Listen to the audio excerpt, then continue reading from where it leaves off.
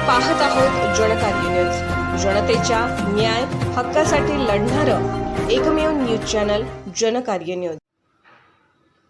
टाकळीवाडी येथील विद्यामंदिर शाळेच्या बालचिमुकल्यांचा दिंडी सोहळा संपन्न।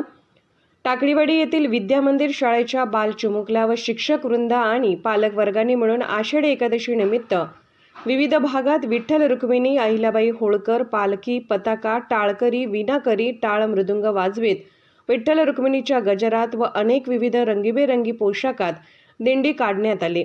याबाबत टाकळीवाडी व पंचक्रोशीतील तमाम बांधव आषाढी एकादशी दिंडी सोहळ्याबाबत शिक्षकांचा अभिनंदनाचा वर्षाव करत आहेत।